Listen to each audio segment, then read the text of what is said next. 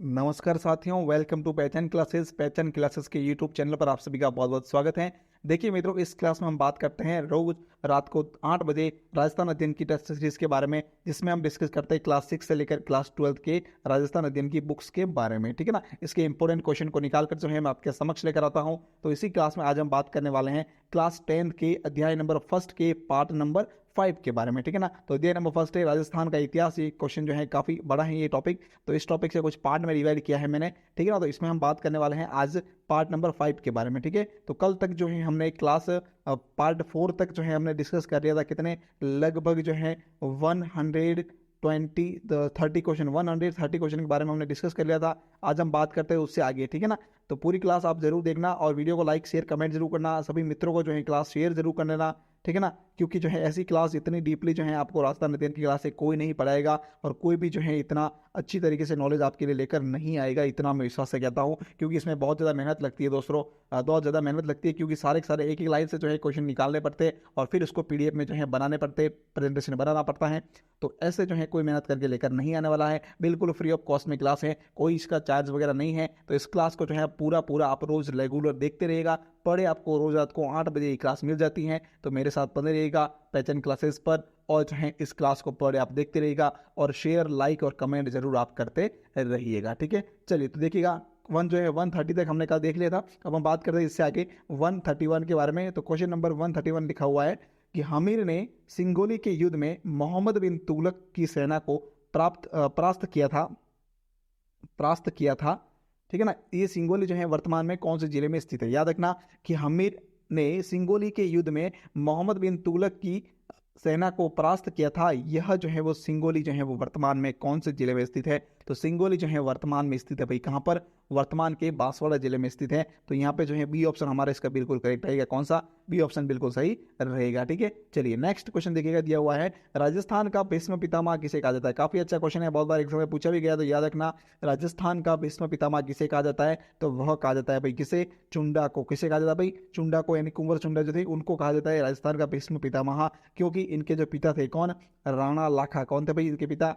राणा लाखा। राणा लाखा ने इन चुंडा का विवाह जो है वो डिसाइड किया था किसके? मेवाड़ की रानी थी, एक मेवाड़ की, सॉरी, मारवाड़ की रानी थी, रणमल की बहन। कौन सी? रणमल जो था ना, रणमल उनकी सिस्टर थी, एक बहन थी। ठीक है ना, बहन जिसका नाम था क्या? हंसाबाई। क्या नाम था भाई? हंसाबाई। ठीक है, तो हंसाबाई से इस चुंडा का विवाह जो है डिसाइड किया गया था, लेकिन किसी कारणवश जो है वो विवाह चुंडा के साथ नहीं होकर जो है वो विवाह किसके साथ हो जाता है? इनके फादर राणा लाखा के साथ में जो है विवाह हो जाता है। किसका? हंसाबाई का। ठीक है, उसके बाद जो है रावचुंडा जो ये चुंडा जो होते हैं, कुंवर चुंडा, ये जो है शादी करते ही नहीं है, तो ये फिर ऐसे ही रह जाता है आजीवन। तो इसलिए इनको कहा जाता है कि राजस्थान के भीष्म पितामह इन्हें कहा गया। ठीक है ना, और उसके बाद में राणा लाखा और हंसाबाई का जो पुत्र होता है उसका नाम होता है मोकल। क्या होता है भाई? मोकल। तो मोकल के आजीवन संरक्षक बन के रहते हैं कौन? ये चुंडा। ठीक है, तो ये पॉइंट काफी इंपॉर्टेंट है, याद रखना। ठीक है, तो बी ऑप्शन इसका हमारा बिल्कुल सही रहेगा। चलिए देखिए नेक्स्ट क्वेश्चन लिखा हुआ है पिछोला झील का निर्माण के समय मेवाड़ का तत्कालीन शासक कौन था? तो पिछोला झील का निर्माण जो है वो कौन से शासन काल में हुआ था? तो यह हुआ था भाई राणा लाखा के शासन काल में हुआ था। किसमें? राणा लाखा के शासन काल में हुआ था। किसका? पिछोला झील का निर्माण। पिछोला झील कहाँ पर है? तो याद रखना उदयपुर के अंतर्गत है। कहाँ पर भाई? उदयपुर के अंतर्गत है, और इसका निर्माण राणा लाखा के शासन काल में हुआ था। राणा लाखा के शासन काल में जो है एक बंजारा था। कौन था भाई? एक बंजारा जिसका नाम था पिच्छू, या पिच्छू लगभग ऐसा कुछ नाम था। ठीक है ना, तो इन्होंने जो है इसका निर्माण करवाया था। किसका? पिछोला झील का। कब? राणा लाखा के शासनकाल में। कहां पर? उदयपुर के अंतर्गत। तो यहाँ पर जो है राणा लाखा कहा गए, ये रहा महाराणा लाखा। तो बी ऑप्शन इसका हमारा बिल्कुल सही रहेगा। ठीक है, बाकी फैक्ट देखते हैं। नेक्स्ट क्वेश्चन लिखा हुआ है महाराणा लाखा के बारे में निम्नलिखित में से सत्य कथन बताइए। क्या है सत्य कथन महाराणा लाखा के बारे में? तो देखो ध्यान से, मारवाड़ के रणमल की बहन हंसाबाई के साथ विवाह किया था। बिल्कुल, मैंने अभी आपको बताया कि विवाह जो है किसके साथ डिसाइड हुआ था? कुंवर चुंडा के साथ डिसाइड हुआ था। कुंवर चुंडा कौन था? राणा लाखा का बेटा था। ठीक है, लेकिन किसी कारणवश जो है ये विवाह हंसाबाई का जो है चुंडा के साथ नहीं होकर डायरेक्ट किसके साथ हो जाता है? किसके साथ होता है? राणा लाखा के साथ हो जाता है। फिर नेक्स्ट देखिएगा, और हंसाबाई कौन थी? तो हंसाबाई जो है मारवाड़ के शासक थे, रणमल उनकी बहन थी। ठीक है, चलो नेक्स्ट है लाखा के समय में जावर माइन से सोना और चांदी, सॉरी, सीसा और चांदी के बहुत मात्रा में जो है इसके निकलने की वजह से जो आर्थिक समृद्धि बहुत ज्यादा बड़ी थी। तो बिल्कुल बहुत ज्यादा बेनिफिट हुआ था इनको आर्थिक दृष्टि से। ठीक है ना, नेक्स्ट है, ये क्वेश्चन ऐसे बन सकता है कि किस मेवाड़ शासक के समय में जावर माइंस से चांदी और सीसा की मात्रा में वृद्धि हुई थी, या जावर माइंस से चांदी और सीसा की उपलब्धता हुई थी। तो ये हुई थी किसके? राणा लाखा के शासनकाल में। ठीक है, इंपॉर्टेंट पॉइंट है ये। नेक्स्ट देखना, नेक्स्ट है लाखा के समय में एक बंजारे ने पिछोला झील का निर्माण करवाया था। याद रखना, बंजारे का नाम था पिच्चू। क्या नाम था भाई? पिच्चू नाम था बंजारे का। ठीक है, तो इसने जो है पिछोला झील का निर्माण करवाया था, ये भी बात करेक्ट है। तो इसका मतलब उपयुक्त सभी यानी कि डी ऑप्शन जो है वो यहाँ पे हमारा करेक्ट रहेगा। कौन सा? डी ऑप्शन रहेगा करेक्ट। ठीक है, चलिए फिर देखिए नेक्स्ट क्वेश्चन क्या कह रहा है, ध्यान से देखना। नेक्स्ट क्वेश्चन लिखा हुआ है, महाराणा मोकल के शासनकाल की अवधि क्या है? महाराणा मोकल, पहले तो याद रखना महाराणा मोकल कौन थे? तो याद रखना ये जो है राणा लाखा और हंसाबाई के पुत्र थे। किसके?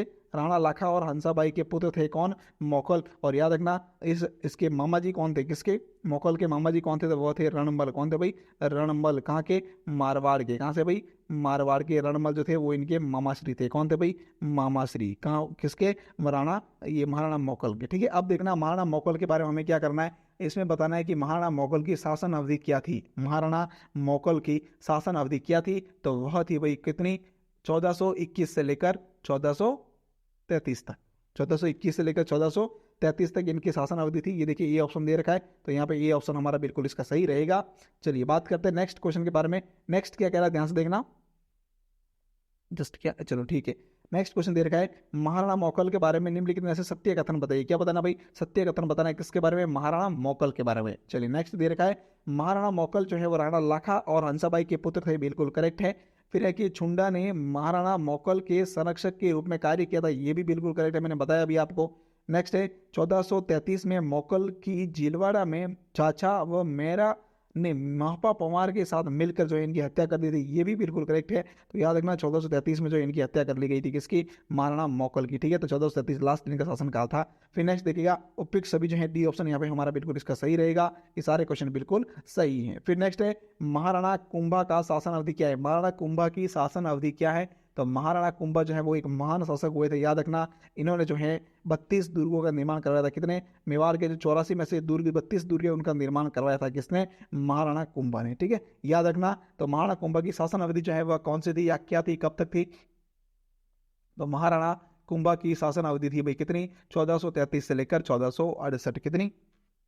1433 से लेकर 1468 तक। तो बी ऑप्शन इसका हमारा बिल्कुल करेक्ट रहेगा। फिर देखिए नेक्स्ट क्वेश्चन क्या कह रहा है कि 1437 में सारंगपुर के युद्ध में महाराणा कुंभा ने मालवा के किस शासक को परास्त करके बंदी बनाया था? क्या करके भाई? परास्त करके, या परास्त लिखा हुआ याद रखना। ठीक है, परास्त करके बंदी बनाया था। किसने? 1437 में सारंगपुर का युद्ध हुआ था। पहली बात तो ये याद रखना कि सारंगपुर का युद्ध कब हुआ था? तो ये हुआ था भाई कब? 1437 के अंदर। कब हुआ था? 1437 के अंदर जो है सारंगपुर का युद्ध हुआ था। किसका? 1437 के अंदर सारंगपुर का युद्ध हुआ था। और किसके मध्य हुआ था? तो याद रखना महाराणा कुंभा के मध्य और एक मालवा के शासक थे जिनके मध्य ये युद्ध हुआ था। तो मालवा के शासक कौन थे जिसे महाराणा कुंभा ने सारंगपुर के युद्ध में परास्त किया था 1437 के अंतर्गत? तो कौन थे भाई? किसके? मालवा के शासक कौन थे जिसे महाराणा कुंभा ने परास्त किया था? तो मालवा के शासक थे। कौन कौन थे वो? खिलजी प्रथम थे भाई। कौन से भाई? खिलजी प्रथम, यानी कि मोहम्मद खिलजी प्रथम थे। ठीक है, तो बी ऑप्शन इसका हमारा बिल्कुल करेक्ट रहेगा। फिर नेक्स्ट देखिए क्वेश्चन लिखा हुआ है, किस युद्ध को विजित करने के उपलक्ष्य में महाराणा कुंभा ने चित्तौड़ में विजय स्तंभ का निर्माण करवाया था? मतलब कि महाराणा कुंभा ने कौन से युद्ध को जीता था, उसके बाद उसी जीत के लिए जो है उन्होंने विजय स्तंभ का निर्माण करवाया था। कहां पर? चित्तौड़ दुर्ग के अंतर्गत। ठीक है, तो क्या रहेगा 139 का आंसर का? तो ये रहेगा भाई सारंगपुर का युद्ध। कौन सा युद्ध? सारंगपुर का युद्ध कब हुआ था? 1437 के अंदर। किसके मध्य हुआ था? तो महाराणा कुंभा और ये मालवा के शासक मोहम्मद खिलजी प्रथम के मध्य। चलिए नेक्स्ट देखिएगा, ये ऑप्शन इसका हमारा सही रहेगा। नेक्स्ट क्वेश्चन दे रखा है, 1456 में चंपानेर की संधि किनके मध्य हुई थी? कब? 1456 के अंतर्गत जो है चंपानेर की संधि जो है वह किसके मध्य हुई थी? तो चंपानेर की संधि जो है वह हुई थी भाई किसके मध्य? ऑप्शन आपके समक्ष है, देखो ध्यान से। क्या रहेगा इसका क्या आंसर? तो याद रखना कि ये संधि जो है वह होती किसके? खिलजी और कुतुबुद्दीन के बीच में। किसके मध्य? खिलजी और कुतुबुद्दीन के बीच में हुई थी 1456 के तक चंपानेर की संधि। याद रखना पहला क्वेश्चन ये भी बनता है कि चंपानेर की संधि कब हुई थी? तो हुई थी ये कब? 1456 के अंतर्गत। किसके मध्य हुई थी? तो देखो ध्यान से, मोहम्मद मालवा के मोहम्मद खिलजी प्रथम और गुजरात के कुतुबुद्दीन के बीच में। और इन दोनों के बीच में इसलिए ये संधि हुई थी ताकि ये दोनों मिलकर जो है महाराणा कुंभा पर आक्रमण कर सके। ठीक है ना, तो बी ऑप्शन इसका हमारा बिल्कुल करेक्ट रहेगा। और फिर जो है बाद में ये आक्रमण भी करते हैं महाराणा कुंभा पर, लेकिन फिर भी जो है महाराणा कुंभा ही जीतते हैं। ठीक है, चलो नेक्स्ट दे रखा है, महाराणा कुंभा द्वारा निर्मित दुर्गों की संख्या कितनी है? महाराणा कुंभा के द्वारा निर्मित किए गए दुर्गों की संख्या कितनी है? तो अभी मैंने बताया था आपको 32 दुर्ग कितने, 84 में से 84 जो दुर्ग है उसमें से कितने 32 दुर्ग जो है किसने बनाए हैं? महाराणा कुंभा ने। ठीक है, चलो नेक्स्ट बी ऑप्शन यहाँ पे हमारा सही रहेगा। नेक्स्ट क्वेश्चन दे रखा है कुंभलगढ़ दुर्ग का शिल्पी कौन था? तो कुंभलगढ़ दुर्ग जो है वो किसने निर्माण कराया था? पहले तो ये याद रखना, तो ये बनाया निर्माण कराया था किसके द्वारा भाई? महाराणा कुंभा के द्वारा। और इसके शिल्पी जो है वो कौन थे? तो वो थे मंडन। कौन थे भाई? मंडन। तो यहाँ पे ये ऑप्शन इसका हमारा बिल्कुल करेक्ट रहेगा। फिर नेक्स्ट क्वेश्चन देखिएगा, नेक्स्ट है किसके द्वारा रचित एकलिंग महात्म्य से यह ज्ञात होता है कि कुंभा वेद, स्मृति, मीमांसा, उपनिषद, व्याकरण और राजनीति में रुचि रखता था। मतलब सिंपल से बात करें तो एकलिंग महात्म्य जो है वो किसके द्वारा रचित है? एकलिंग महात्म्य की रचना जो है किसके द्वारा की गई थी? तो यह रचना की गई थी भाई किसके द्वारा? कान्हा व्यास के द्वारा। किसके द्वारा भाई? कान्हा व्यास के द्वारा इसकी रचना की गई थी। तो बी ऑप्शन इसका हमारा बिल्कुल सही रहेगा। फिर नेक्स्ट है संगीत राज, संगीत मीमांसा, शूड प्रबंध नामक ग्रंथ जो है वो किसके द्वारा रचित है? कौन से? संगीत राज, संगीत मीमांसा और शूड प्रबंध, ये तीन जो ग्रंथ है वो किसके द्वारा लिखे गए? तो तीनों ग्रंथ जो लिखे गए किसके द्वारा? महाराणा कुंभा के द्वारा। तो डी ऑप्शन इसका हमारा बिल्कुल सही रहेगा। ठीक है, चलिए नेक्स्ट दिया हुआ है कीर्ति स्तंभ प्रशस्ति की रचना किसके द्वारा की गई? कीर्ति स्तंभ प्रशस्ति जो है उसकी रचना किसके द्वारा की गई? तो यह की गई किसके द्वारा? कवि अत्रि और महेश के द्वारा। किसके द्वारा? कवि अत्रि और महेश के द्वारा इसकी रचना की गई। तो यहाँ पे ए ऑप्शन इसका सही बिल्कुल रहेगा। फिर नेक्स्ट है मेवाड़ का पितृहंता जो है वह किसे कहा जाता है? ये भी काफी अच्छा क्वेश्चन है, बहुत बार एग्जाम में पूछा भी गया है, इंपॉर्टेंट है, याद रखना। मेवाड़ का पितृहंता किसे कहा जाता है? तो मेवाड़ का पितृहंता कहा जाता है भाई किसे? राणा उदय को, यानी कि उदय किरण को कहा जाता है। इसका शॉर्ट फॉर्म जो है उदय भी है, नाम याद रखना। ठीक है ना, तो यहाँ पे जो है बी ऑप्शन इसका हमारा बिल्कुल सही रहेगा।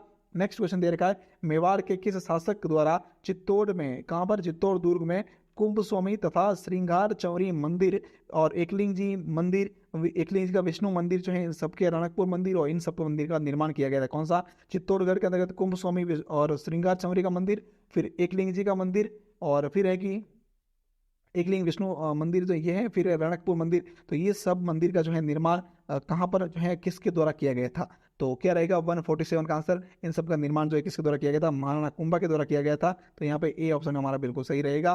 फिर नेक्स्ट है मेवाड़ के किस शासक को महाराजाधिराज, राव राय और दान गुरु, राजगुरु, परम गुरु, हाल गुरु, अभिनव प्रताचार्य और हिंदू सुल्तान, ये सारी की सारी जो उपाधि जो है वो किस शासक को मिली थी? तो यह मिली थी किसे भाई? महाराणा कुंभा को मिली थी। किसे मिली थी? महाराणा कुंभा। तो ए ऑप्शन इसका हमारा बिल्कुल सही रहेगा। याद रखना ये क्वेश्चन जो उपाधि के बारे में बहुत बार एग्जाम में पूछा गया है। ठीक है, इंपॉर्टेंट है ये। नेक्स्ट है मेवाड़ का वह शासक जो इतिहास में हिंदू पथ के नाम से प्रसिद्ध हुआ। हिंदू पथ के नाम से जो है किसे जाना जाता था? तो हिंदू पथ के नाम से भाई प्रसिद्ध हुए थे कौन? राणा सांगा। महाराणा सांगा जो है प्रसिद्ध हुए थे किसे? हिंदू पथ के नाम से। तो बी ऑप्शन इसका हमारा बिल्कुल सही रहेगा। फिर नेक्स्ट देखा है 1517 ईस्वी में खातौली जो है कोटा का युद्ध जो है किन के मध्य हुआ था? याद रखना खातौली वर्तमान में कहाँ है? कोटा जिले के अंतर्गत है। और यह युद्ध 1517 के अंतर्गत जो है वो किसके मध्य हुआ था? तो काफी अच्छा क्वेश्चन है। खातौली का युद्ध 1517 के अंतर्गत जो है किसके मध्य हुआ था? तो यह भाई हुआ था किसके मध्य? राणा सांगा और इब्राहिम लोधी के मध्य। किसके मध्य हुआ था भाई? राणा सांगा और इब्राहिम लोधी के मध्य हुआ था। कौन सा? खातौली का युद्ध। तो राणा सांगा और इब्राहिम लोधी कहाँ गए? ये राणा सांगा और इब्राहिम लोधी के बीच में हुआ था। तो ये ऑप्शन जो है इसका हमारा बिल्कुल सही रहेगा। ठीक है, चलो नेक्स्ट क्वेश्चन दे रखा है बाड़ी धौलपुर का युद्ध। बाड़ी जो है वर्तमान में कहाँ है? धौलपुर के अंतर्गत है। इसका युद्ध जो है वो किन के मध्य हुआ था? तो बाड़ी धौलपुर का युद्ध भी जो है राणा सांगा और इब्राहिम लोधी के मध्य ही हुआ था। तो ये ऑप्शन इसका हमारा बिल्कुल सही रहेगा। फिर नेक्स्ट दे रखा है राणा सांगा और बाबर के मध्य बयाना भरतपुर का युद्ध जो है कब लड़ा गया था? ये भी काफी अच्छा क्वेश्चन है, याद रखना। राणा सांगा और बाबर के मध्य बयाना भरतपुर का युद्ध जो है वह कब लड़ा गया था? तो यह युद्ध जो है बयाना भरतपुर का युद्ध लड़ा गया था भाई कब? फरवरी 1527 के अंतर्गत। फरवरी 1527 के अंतर्गत। तो याद रखना, सॉरी फरवरी 1517 के अंतर्गत, याद रखना। तो यहाँ पे जो है कौन सा आंसर सही रहेगा? ए ऑप्शन हमारा बिल्कुल इसका करेक्ट रहेगा। फिर नेक्स्ट क्वेश्चन क्या कह रहा है, ध्यान से देखना।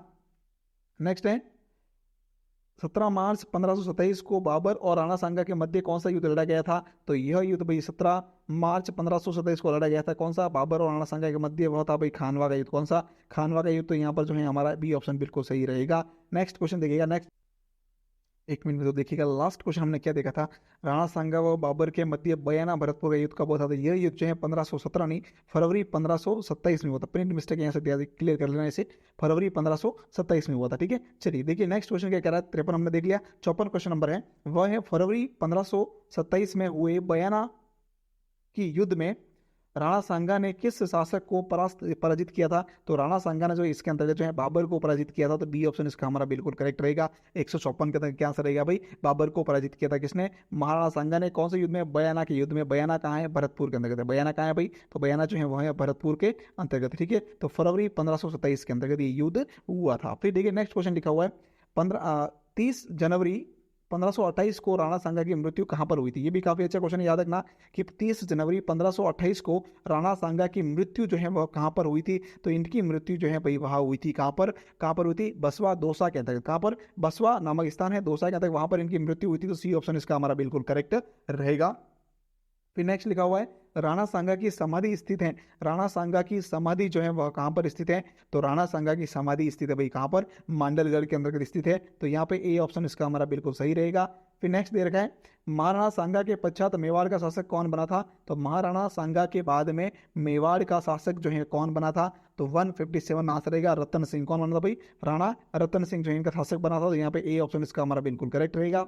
फिर नेक्स्ट क्वेश्चन है निम्नलिखित में से मेवाड़ के शासकों के शासन काल क्रम से संबंधित सत्य कथन बताना है। क्या बताना है? मेवाड़ के शासकों से संबंधित सत्य कथन बताना है, ठीक है ना। तो आपके समक्ष ऑप्शन दे रखा है कौन सा? 158 के अंतर्गत क्या आंसर रहेगा? ध्यान से देखना। तो सही क्रम बताना कौन सा? सबसे पहले थे सांगा। कौन थे भाई? सांगा। सांगा के बाद आते रतन सिंह, और रतन सिंह के बाद में आता है विक्रमादित्य। तो सांगा, सांगा के बाद क्या था भाई? तो देखो सांगा कहाँ गया भाई? सांगा के बाद में आता है भाई कौन आता है? सांगा के बाद में रतन सिंह। रतन सिंह के बाद में आता है विक्रमादित्य। तो सांगा के बाद में रतन सिंह कहाँ है? यहाँ पे लिखा हुआ भी नहीं है बिल्कुल। तो यहाँ पे ऑप्शन ही मिस्टेक है। तो देखो ऑप्शन करेक्ट कर लेना एक बार। सबसे पहले जो है आता है कौन? आता है सांगा, ठीक है। सांगा के बाद में आता है रतन सिंह, ठीक है ना। रतन सिंह के बाद में आता है विक्रमादित्य। कौन आता है भाई?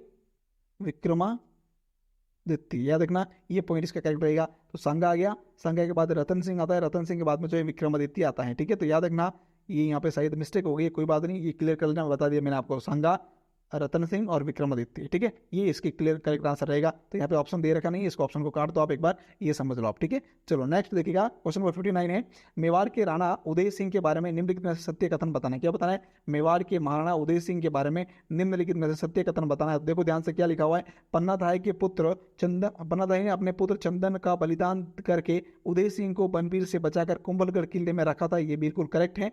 पन्नाधाय जो है इनकी धाय माता थी और इन्होंने जो है अपने पुत्र चंदन को जो है बलिदान करके खुद जो है उदय सिंह को बचाया था, ठीक है। फिर नेक्स्ट है कि मालदेव के सहयोग से 1537 में उदय सिंह का राज्याभिषेक हुआ था। ये भी बिल्कुल करेक्ट है। फिर है कि उदय सिंह ने उदय सागर झील तथा मोती मगरी के सुंदर महलों का निर्माण करवाया था। ये भी बिल्कुल करेक्ट है। तो उपयुक्त सभी यानी कि डी ऑप्शन जो है वो यहाँ पे हमारा बिल्कुल करेक्ट रहेगा। फिर नेक्स्ट क्वेश्चन दे रखा है मेवाड़ के किस शासक ने 1559 में उदयपुर नगर बसाकर उसे अपनी राजधानी बनाया था। ये काफी अच्छा क्वेश्चन, याद रखना। उदयपुर की स्थापना किसके द्वारा की गई थी? तो वह की गई थी भाई किसके, कब की गई थी? 1559 के अंतर्गत किसके द्वारा की गई थी? राणा उदय सिंह के द्वारा। किसके द्वारा? महाराणा उदय सिंह के द्वारा जो इसकी स्थापना की गई थी। तो यहाँ पर जो है हमारा आंसर क्या रहेगा? उदय सिंह। बी ऑप्शन इसका बिल्कुल करेक्ट रहेगा, ठीक है। चलिए मित्रों इसी के साथ जो है आज की हमारी क्लास कंप्लीट होगी। बाकी नेक्स्ट जो क्वेश्चन रहेंगे वो नेक्स्ट क्लास में हम और आपके लिए लेकर आएंगे। पूरी क्लास देखने के लिए आपका बहुत बहुत धन्यवाद। इसकी पीडीएफ आप टेलीग्राम से प्राप्त कर पाओगे, लेकिन पीडीएफ जो फिलहाल आपको नहीं मिलेगी। इसकी पीडीएफ जैसे ही पूरी टेस्ट की बुक क्लियर हो जाएगी उसके बाद में एक साथ जो है पूरे टॉपिक की क्लास की आपको जो है पूरी पीडीएफ दे दूंगा, ठीक है। इससे पहले जो आप टेलीग्राम पर जो है ज्वाइन कर लेना, वहाँ पर करंट से संबंधित क्यूज वगैरह, प्रिंट एग्जाम वगैरह सारी जानकारी वगैरह वहीं से प्राप्त होती है। टेलीग्राम को ज्वाइन जरूर कर लेना। अगर आपने यूट्यूब चैनल को सब्सक्राइब नहीं किया तो सब्सक्राइब कर लेना। वीडियो को लाइक, शेयर और कमेंट जरूर करना, और जो है मुझे कमेंट करके बताना कि आपको वीडियो कैसा लगा। और लाइक शेयर ये सारे जो है आप जरूर करते रहिएगा। टेलीग्राम को ज्वाइन जरूर कीजिएगा। थैंक यू सो मच पूरी क्लास देखने के लिए आपका फिर से बहुत बहुत धन्यवाद।